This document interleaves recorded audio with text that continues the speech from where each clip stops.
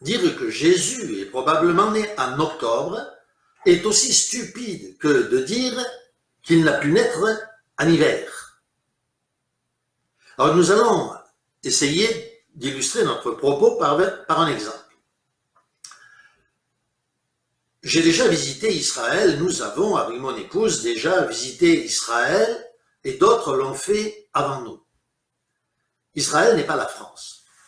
C'est un pays chaud, très chaud. C'est un pays du Moyen-Orient.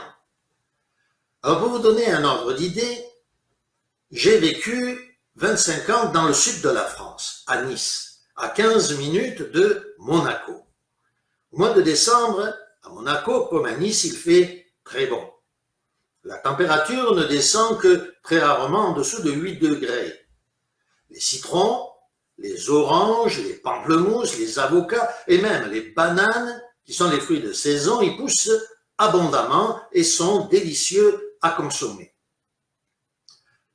En 25 ans, il a neigé 2 fois à Nice. La première fois, la neige a tenu 1 jour et demi, semant la panique d'ailleurs monstre dans toute la ville. Embouteillages, glissades, accidents, etc. Les Niçois n'ont pas l'habitude, bien entendu, de la neige. La deuxième fois, la neige s'est maintenue 1 heure avant de disparaître totalement. Dans les 2 cas, les gens se sont précipités à l'extérieur pour prendre des photos, pour pouvoir les publier auprès de leurs amis, de leurs proches. Les journaux titraient en gros caractères « Il a neigé à Nice » ou « Il a neigé à Monaco ». Rappelons aussi qu'à 30 minutes de Nice se trouvent de hautes montagnes et les stations de ski dont certaines sont situées à plus de 2000 mètres d'altitude. Les gens, bien sûr, vont y faire du ski. Mais ce n'est pas parce qu'il pleut ou qu'il neige dans les stations qu'il neige à Nice ou à Monaco. Cet exemple est donné pour que nous comprenions bien les choses. Parce qu'en Palestine, ce n'est pas Nice. Il fait bien plus chaud en Palestine qu'à Nice. Nice ne fait pas partie du Moyen-Orient. Ce n'est pas un pays chaud, c'est tout simplement le sud de la France. En Israël, à cette période de décembre, il y fait chaud. Et toute l'année, il y fait très chaud. Bien plus, bien sûr, qu'à Nice ou à Monaco. Alors, s'il est vrai que certains vous ont présenté des photos qu'ils ont tirées dans les stations de ski pour vous montrer combien il faisait froid en hiver, combien il neige en décembre.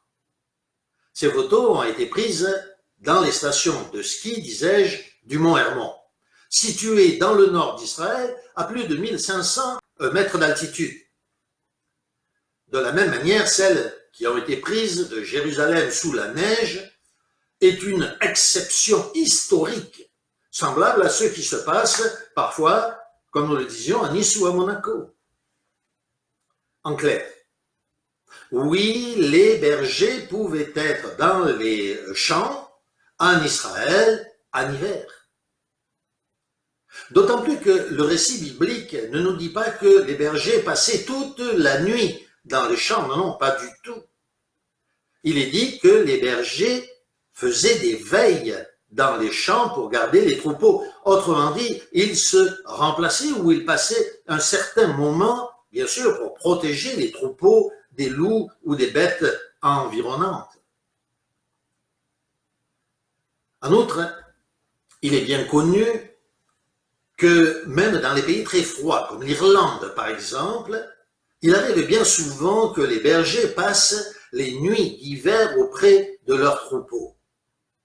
Donc si cela se fait dans des pays aussi froids que l'Irlande, pourquoi cela ne pourrait-il pas se faire en Israël où le temps est généralement si bon? En clair, l'on peut dire qu'il faisait assez chaud pour que les troupeaux et certains bergers passent la nuit dehors, mais assez froid pour que Marie, Joseph et le bébé ne puisse demeurer à l'extérieur à ce moment-là. C'est pourquoi ils occupèrent une grange et qu'ils mirent le bébé dans une crèche, c'est-à-dire l'endroit bien sûr où l'on pose le fourrage pour que le bétail puisse manger. De plus, le récit biblique nous dit: il y avait dans cette même contrée des bergers qui passaient dans les champs les veilles de la nuit pour garder leurs troupeaux, comme nous venons de le dire dans Luc au chapitre 2, verset 8. Deuxième question maintenant. Jésus a-t-il pu naître un 25 décembre?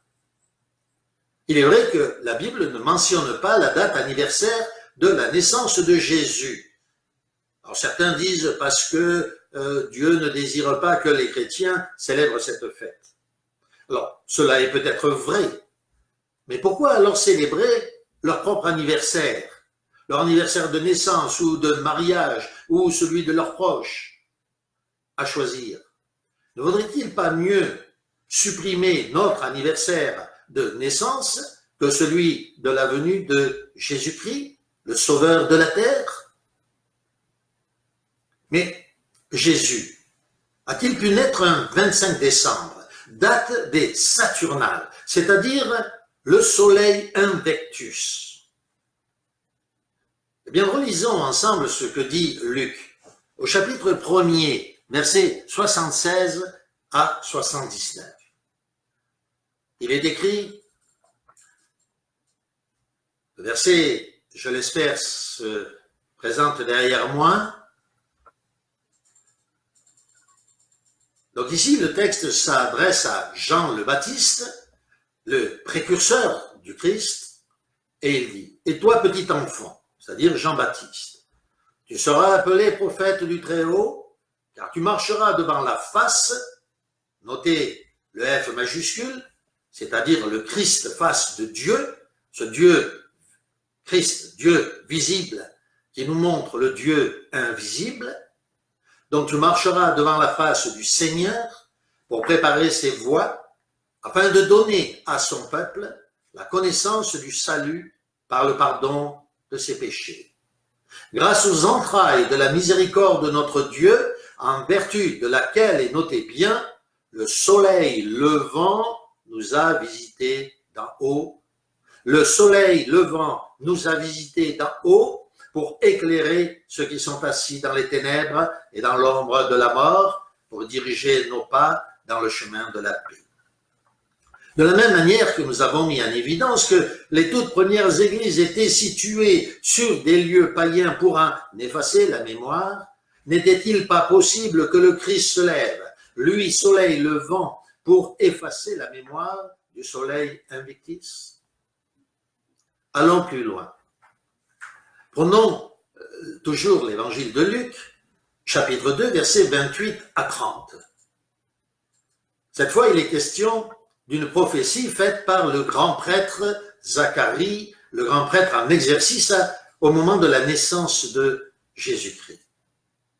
Donc Zacharie, le grand prêtre en exercice, reçut le petit enfant dans ses bras, il bénit Dieu et dit: « Maintenant, Seigneur, tu laisses ton serviteur s'en aller en paix selon ta parole. Car mes yeux ont vu ton salut, salut que tu as préparé devant tous les peuples, lumière, notez bien, lumière pour éclairer les nations et gloire d'Israël, ton peuple. » Ne convenait-il pas qu'au moment où, justement, le jour va démarrer pour se rallonger à nouveau, car le 25 décembre, c'est le solstice, le moment où la nuit va tomber pour laisser apparaître à nouveau le jour. Ne convenait-il pas que se rallonge le jour, bien sûr, ne convenait-il pas qu'à ce moment-là, le grand prêtre Zacharie dise « Lumière pour éclairer les nations et gloire d'Israël, ton peuple » ? La question qui se pose donc à nous maintenant est de savoir si l'on doit, oui ou non, célébrer la naissance du Christ. Je dis tout cela pour que nous comprenions qu'il y a des gens qui cherchent à nous troubler et qui le font dans le but de vous asservir. En effet, pendant plus de 1900 ans, 2000 ans, les chrétiens ont célébré la naissance de Noël. À certaines époques, non. À d'autres époques, oui. La naissance de Jésus-Christ a été célébrée de toute manière pendant des milliers d'années. Il est assez surprenant que tout d'un coup, en ces temps de la fin, se lèvent tant de voix qui nous disent « Non, non, célébrer Noël est une fête païenne. Célébrer la naissance de notre Christ, de notre Sauveur, qui est né pour le salut de nos âmes, serait quelque chose d'abominable. » Alors bien sûr, cela, encore une fois, ne veut pas dire que vous devez célébrer ou ne pas célébrer Noël, puisque tout est fait dans la prière et pour la gloire de notre Seigneur Jésus-Christ. N'oublions donc jamais cette règle scripturaire. Tout ce qui est fait avec foi est saint. Tout ce qui est fait en dehors de la foi est péché.